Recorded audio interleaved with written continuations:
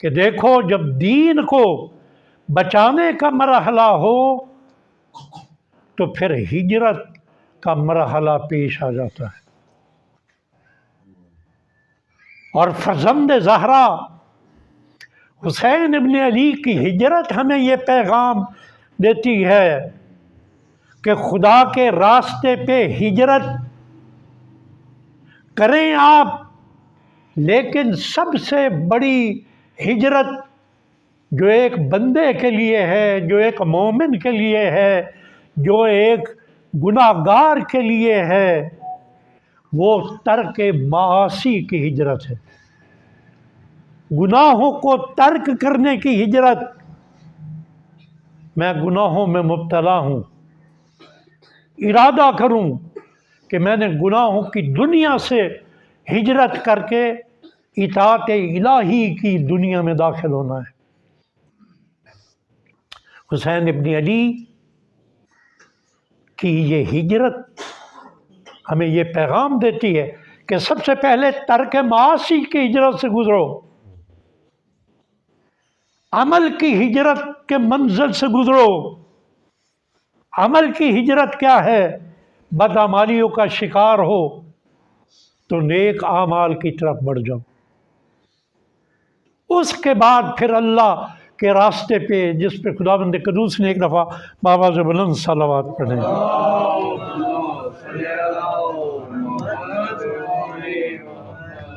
پھر قرآن مجید کی سورہ نحل اللہ کے راستے کی جانب ہجرت کے لیے ہمیں یہ پیغام دے رہی ہوگی، اور وہ لوگ جنہوں نے اللہ کی طرف ہجرت کی اس کے بعد ان پر ظلم ہوا، ہم ضرور انہیں دنیا میں اعلیٰ ترین مقام دیں گے۔ تو اللہ کے راستے میں ہجرت کرتے ہوئے انسان پر ظلم بھی ڈھائے جائیں گے، اسلام پہ انسان پر مصیبتیں بھی آئیں گی، لیکن جو اللہ سے منسلک ہو جاتا ہے، یہ سب سے بڑا کمال ہے اپنے آپ کو رب کے حوالے کر دینے کا، کہ جو شخص اپنے آپ کو اپنے اللہ کے حوالے کر دیتا ہے تو سب سے پہلے اس کے اندر یہ طاقت پیدا ہو جاتی ہے کہ کسی غیر اللہ کا خوف اس کے قلب میں نہیں آتا، پھر کسی غیر اللہ کی محبت اسے راغب نہیں کر سکتی، پھر اسے اللہ سے دور کرنے والی چیزیں، یہ مال و دولت، یہ خواہشیں، یہ لذتیں، اس سے وہ بیگانہ ہو جاتا ہے۔ اس لیے ہجرت اللہ کے لیے ضروری ہے کہ پہلے انسان ترک معاصی کی ہجرت کا فیصلہ کرے، اور حسین ابن علی نے جو ہجرت کی ہے وہ پیشانی تاریخ بشریت پہ ایک ایسا چمکتا ہوا نشان ہے کہ جس نے انسانیت کو سرخرو کر دیا۔ حسین ابن علی کی ہجرت کے پیچھے آپ کا وہ تاریخی جملہ ہے جو دربار حاکم میں طلب بیعت کے جواب میں ارشاد فرمایا تھا کہ میرے جیسا تیرے جیسے کی بیعت نہیں کر سکتا۔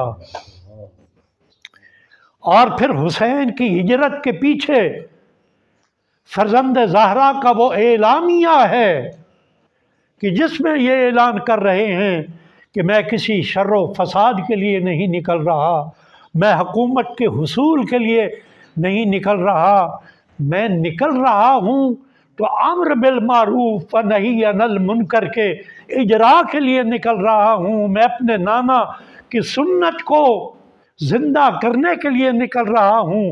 اور حسین یہی عزم لے کر مدینہ سے نکل رہے ہیں۔ حسین کو کوئی پرواہ نہیں ہے، کیونکہ یہ ہجرت اللہ ہے، یہ دین کو بچانے کی ہجرت ہے۔ حسین کو کوئی پرواہ نہیں ہے کہ میرے ساتھ لشکر کیوں نہیں ہے۔ حسین کو اگر پرواہ ہے، حسین کو اس بات کا احساس ہے کہ میرے ساتھ اگرچہ 72 ہیں لیکن وہ خالص لوگ ہیں اللہ کے راستے پہ۔ بس آخر میں 28 رجب المرجب یہی پیغام دیتی ہے کہ جب دین پہ مشکل ہو جائے تو ترک معاصی جو کر چکا ہو، جو اس ہجرت سے گزر چکا ہو، اب وہ اللہ کے راستے پہ قربانی کے مرحلے کے لیے تیار ہو جائے، اسے گھر چھوڑنا پڑے۔ حسین نے گھر کیوں چھوڑا؟ بس اس گھر میں برکات کے نزول کے لیے بڑے سادگی کے انداز میں پیغام بھی ہے، مصائب کے جملے بھی ہیں۔ حسین نے کیوں مدینہ چھوڑا؟ حسین کے نانا کا دین بیمار ہو کر آیا فرزند زہرا کے پاس، حکیم حاذق سمجھتے ہوئے کہا ہے حسین ایک ہی گود میں ہم دونوں پلے ہیں، تو بھی نانا کی گود میں پلا، میں بھی تیرے نانا کی گود کا پالا ہوں۔ حسین مجھے مرضوں نے گھیر لیا ہے، مجھے ملوکیت کی مرض نے گھیر لیا ہے، تو حکیم حاذق ہے، میرا علاج کر۔ حسین نے کہا دین اے نانا کے دین، پریشان نہ ہو، تیرے علاج کے لیے میں نے بڑے اعلیٰ قسم کے نسخے چنے ہیں۔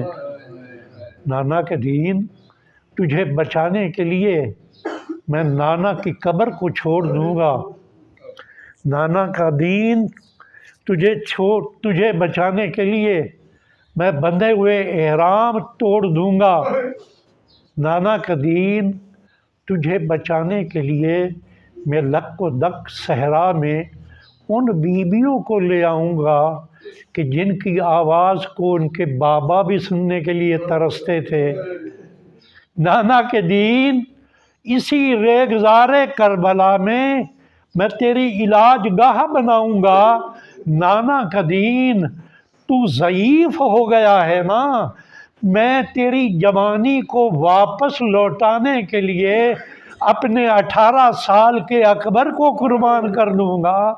نانا کا دین، تیری نوخیزی لوٹ لی گئی ہے، نانا کے دین تیری نوخیزی کو بحال کرنے کے لیے اپنے نوخیز قاسم کو قربان کر لوں گا۔ نانا کا دین، میں تیری بیماری کے دور کرنے کے لیے اپنے بے شیر اصغر کو قربان کر لوں گا۔ نانا کے دین، میں اپنے ضعیف ساتھیوں کو تجھ پہ قربان کر لوں گا۔ نانا کے دین، تیرے بازو کمزور ہو گئے ہیں، میں اپنے عباس علمدار کے بازو کٹا کر تیرے بازوؤں کو طاقت عطا کروں گا۔ اے میرے نانا کے دین، تیرے سینے کا زور کم ہو گیا ہے، میں اپنے سینے پہ تیر کھا کر، میں اپنے گلوئے مبارک کا خون دے کر تیری بیماری کا علاج کروں گا۔ میں 72 قربان کر کے تیری بیماری کا علاج کروں گا۔ اور اے میرے نانا کا دین، اگر پھر بھی تو نہ بچ سکا تو میں تجھ سے وعدہ کرتا ہوں پھر تیرے علاج کا ایسا نسخہ میں نے ڈھونڈا ہے کہ کائنات میں اس سے بڑھ کے کوئی نسخہ نہیں ہے۔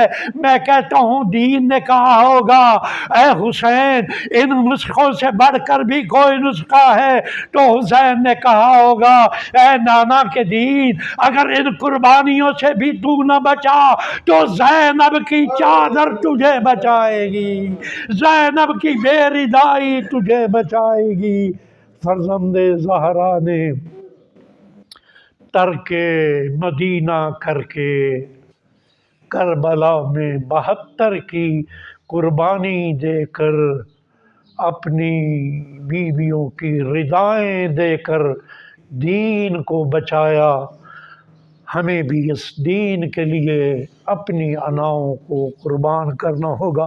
مل کے دعا کرتے ہیں ہمارے الہ، ہم گناہ